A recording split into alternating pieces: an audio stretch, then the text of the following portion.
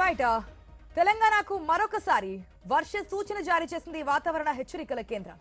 ఉమ్మడి ఆదిలాబాద్ జిల్లాకు yellow alert జారీ చేసింది. 2 రోజులు ఉరుములు మెరుపులతో కూడిన వర్షాలు కురుస్తాయని హెచ్చరించింది. ఇప్పటికే భారీ వర్షాలతో జిల్లాలో జనజీవనం స్తంభించింది. బెల్లంపల్లి ఓపెన్ కాస్ట్ గనుల్లోకి వరద నీరు వచ్చి చేరింది.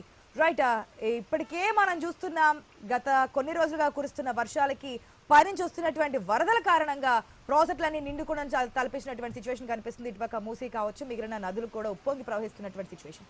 అయితే ఇప్పుడు మరొకసారి తెలంగాణకు వర్ష సూచన జారీ చేస్తున్న ఐఎండీ మరి అధికారులు ఎటువంటి చర్యలు తీసుకుంటున్నారని తెలుసుకుందాం. మా ప్రతినిధి శ్రీనివాస్ సిద్ధంగా ఉన్నారు. Good afternoon Srikanth. ఇప్పటికే ఉమ్మడి ఆదిలాబాద్ జిల్లా కూడా ఎల్లో అలర్ట్ జారీ చేస్తున్నట్టు తెలుస్తోంది. అట్ ద సేమ్ టైం మరికొన్ని రోజులు తెలంగాణకు వర్షాలు పడే అవకాశం ఉందని కూడా అలర్ట్ జారీ చేస్తుంది ఐఎండీ. డీటెయిల్స్ ఏంటి శ్రీనివాస్?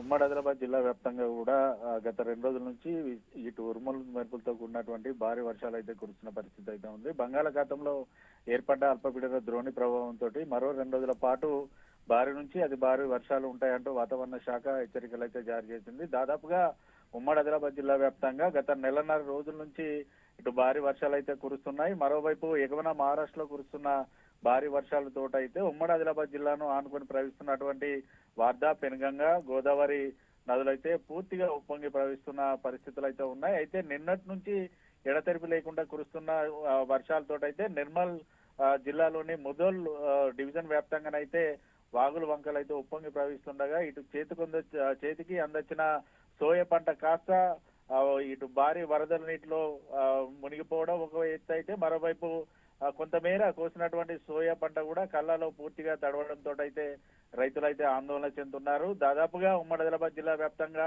ఉన్నటువంటి ప్రాజెక్టులన్నీ కూడా నిండుకుండానైతే తలపిస్తున్న పరిస్థితులు అయితే ఉన్నాయి.